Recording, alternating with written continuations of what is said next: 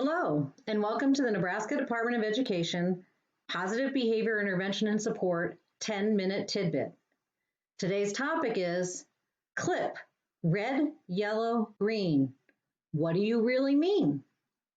My name is Heather Robbins, and I'll be your host throughout the 10-Minute Tidbit series. Our purpose with the 10-Minute Tidbits is to provide Nebraska K-12 school teams assistance with installation, initial implementation, and full implementation of PBIS on their campuses. We hope that these short video vignettes support you in your implementation efforts. Today's topic is CLIP, red, yellow, green. What do you really mean? We hope that by the end of our short time together, you're able to discover the impact of CLIP charts and flip cards, that you can describe alternatives to CLIP charts and flip cards, and that you consider next steps for your campus. I'm going to begin with a little personal story just told to me by a close family friend.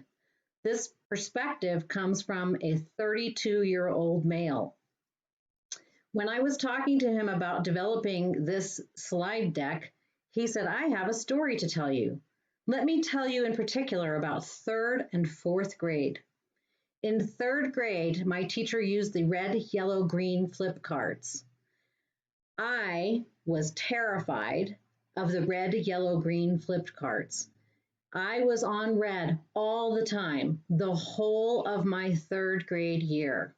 And I knew anytime I got flipped to red, when I got home, I was going to be beat by my dad. That's what I knew. I cried inconsolably in the beginning, was sent to the principal's office all the time, and was fearful of the red, yellow, green system. I had no idea what the teacher wanted out of it. All I knew is that I was going to get home and I was going to get beat for that flip card. That's the only thing I remember about 3rd grade. In the beginning, I was sad, and eventually I was just angry the entire year. In 4th grade, I had a teacher who didn't use that system, and yet something terrible, horrible, awful happened in her class, but I have more fond memories of even the awful incident than I do of 3rd grade. In 4th grade, this teacher selected me to be in charge of the class pet, a hamster. One day, the hamster got loose. We were all on the floor looking for the hamster. And this is a true story and a little bit shocking, so I'm just preparing you. And he says, I'm on the floor looking for the hamster. And he's a big guy, probably 6'3" or 4. He's on the floor looking for the hamster. He swung around. His foot accidentally kicked the hamster. The hamster flung against the wall and died.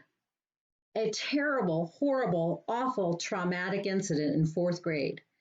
However, he was telling me, I will tell you now, and he said, I feel really odd saying this to you. I remember that incident fondly because of the way the teacher handled it. She turned it into a learning situation. Accidents happen. We had a funeral. The whole class was together on it. I felt in no way singled out. And even though the event was traumatic, it was nothing compared to my entire 3rd grade year where I was a boy on red all year. That is the perspective of a 32-year-old about the flip card system. So let's talk a little more. Making it pretty or cute doesn't change the way it feels. Who wants to be stardust? This comes from a dissertation from Ms. Compise in 2019. She interviewed children and asked them how they felt about the CLIP system. These are student perceptions, their feelings.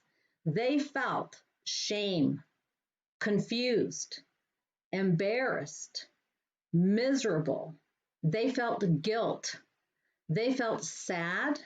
They felt angry. They felt bad.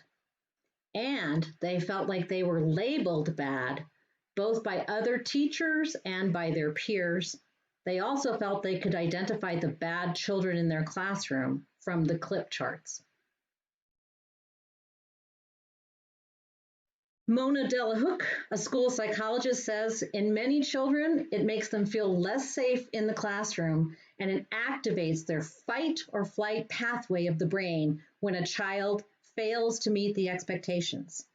And my close personal friend, when I showed him the visual for this slide deck, said, you know, I was kind of like that hamster spinning on the wheel with that red, yellow, green system in my third grade class. And essentially, he became classically conditioned to associate the red card with abuse. What evidence is there for using these systems? There is no research to support the use of clip charts or red, yellow, green card systems for the entire class. A few more thoughts for you. Clip charts and flip cards can damage relationships, create lasting scars. They're time consuming. Clip charts and flip cards do not teach. Teachers teach.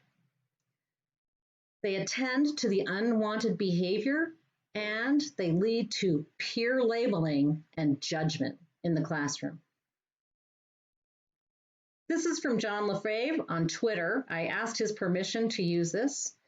He told this story last year. We utilized a clip chart with adults during our training this morning. Turns out that adults absolutely hate this public display of behavior.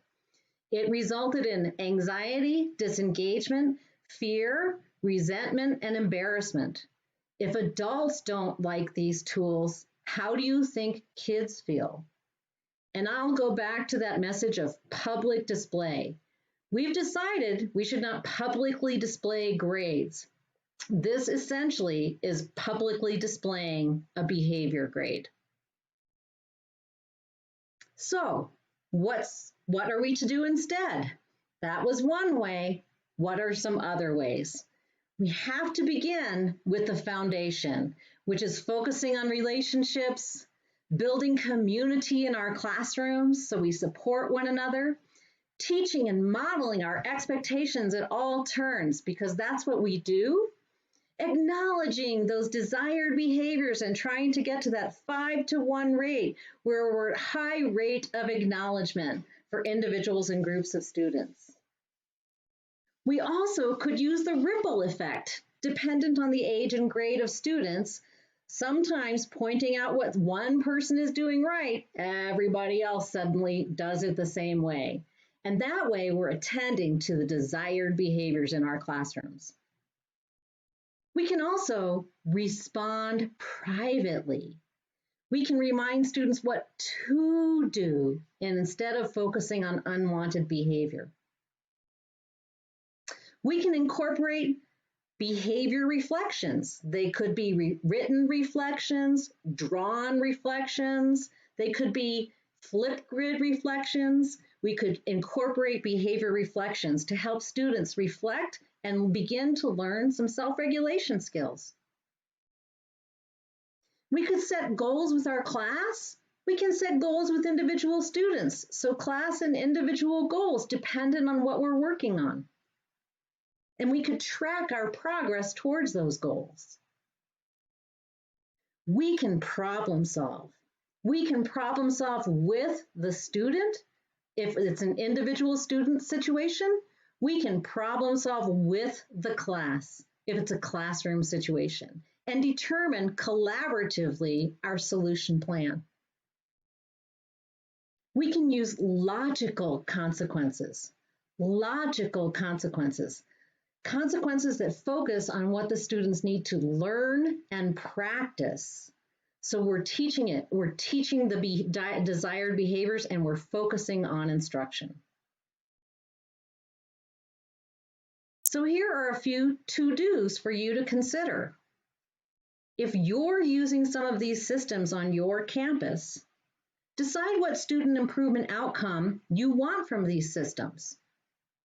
Determine what data you need to collect to see if there is student improvement, and then analyze the data. And if you're not seeing student improvement, in other words, if the same students are in red repeatedly, if the same students are clipped down repeatedly, and you're not seeing students improvement from these systems, reconsider and adjust.